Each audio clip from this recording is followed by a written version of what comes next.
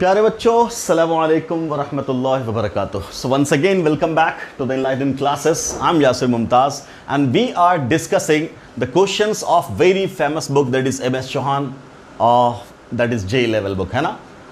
उसके क्वेश्चंस का हम लोग सीरीज कर रहे थे. तो पहला अपना जो चैप्टर था दैट वाज जीओसी, और उसमें अभी तक हम लोगों ने क्वेश्चन डिस्कस कर लिए 15, है ना. ठीक. So this is our 16th question.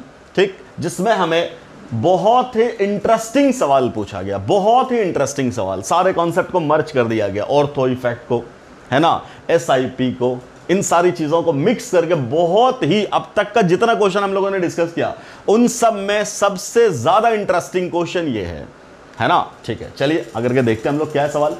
So in the given pairs, पहले सवाल को अच्छी तरीके से समझिएगा वरना उलझ जाएंगे आप. बहुत बिल्कुल क्लियरली आराम से समझिए. In the given pair identify the most acidic compound. Most acidic आपको ढूंढना है ए और बी में. ए में ये दो दिया हुआ है, इन दोनों में से मोस्ट एसिडिक कौन है. बी में भी ये दोनों दिया हुआ है, इन दोनों में से मोर एसिडिक कौन है. तो ए और बी में ज्यादा एसिडिक कौन है ये ढूंढना है, और सी और डी में से आपको पता करना है कौन मोर बेसिक है. And most basic compound in C and D. C और डी में से मोस्ट बेसिक, कि इन दोनों में से ज्यादा बेसिक कौन, इन दोनों में से ज्यादा बेसिक है. बहुत ही इंटरेस्टिंग क्वेश्चन है कि नहीं. जरा देखिएगा अलग अलग कॉन्सेप्ट हम लोग कैसे लगाएंगे. ठीक. So this is actually the question. ठीक. Now let us see the discussion. ठीक है, देखिए सबसे पहला अपने पास है कार्बोक्सिलिक एसिड. कार्बोक्सिलिक एसिड, वो भी कौन सा कार्बोक्सिलिक एसिड, बेंजोइक एसिड. जहां आता है एक्सेप्शन. क्या एक्सेप्शन पढ़ा हम लोगों ने, ortho effect. Ortho effect due to SIR, ortho effect due to hydrogen bonding पढ़ा था ना आपने. उसी तरीके से अपने सामने आ गया एनिलीन, और एनिलीन में पढ़ा था हम लोगों ने एसआईपी, याद होगा, steric inhibition in protonation and steric inhibition in resonance, SIR. ये सारी चीजें पढ़े थे. ठीक, उसी पे बेस्ड ये सारा क्वेश्चन है. ठीक. Now let us enjoy the question. ठीक, सही.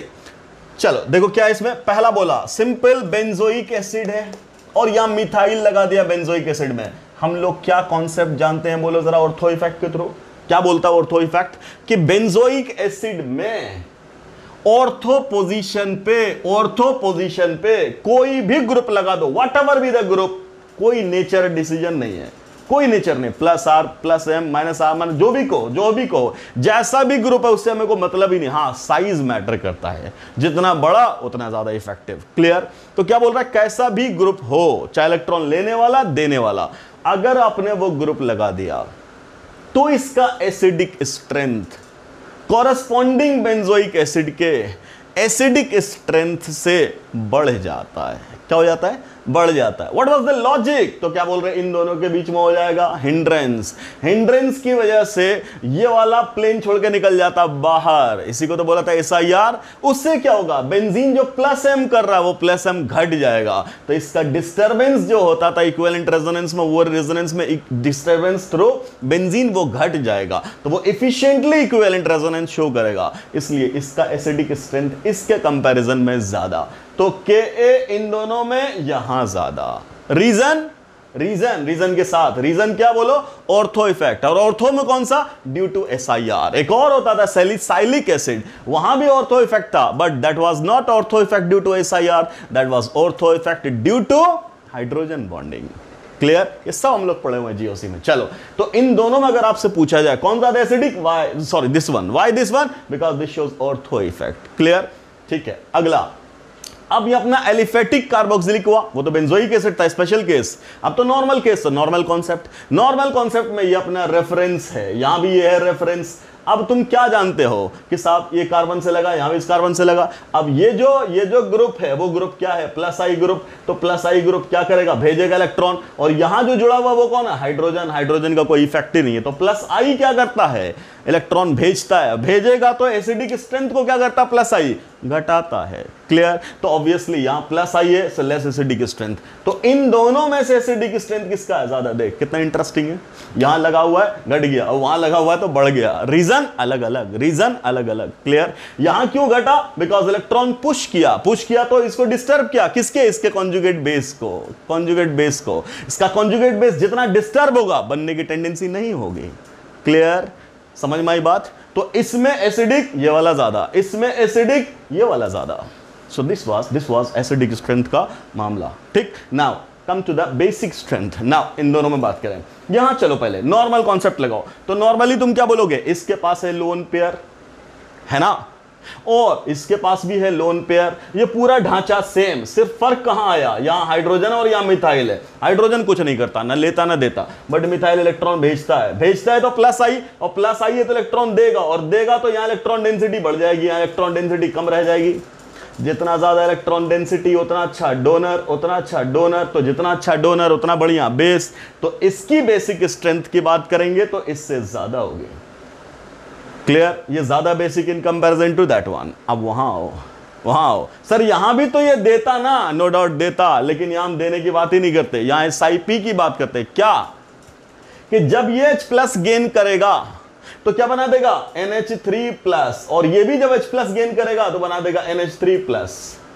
हम यहां इस बेसिस पे आंसर देते हैं क्या? कि जब इसका कॉरेस्पॉन्डिंग एसिड बनाओगे, कॉन्जुगेट एसिड, अब उस एसिड का जब हम लोग क्या कहते हैं, बोलो क्या कहते हैं? सॉल्वेशन। तो इसका सॉल्वेशन तो बहुत बढ़िया से हो जाएगा, लेकिन इसका सॉल्वेशन दो तरीके से तो होगा, इधर से नहीं होने देगा। कौन? ये वाला ग्रुप हिंड्रेंस क्रिएट करेगा।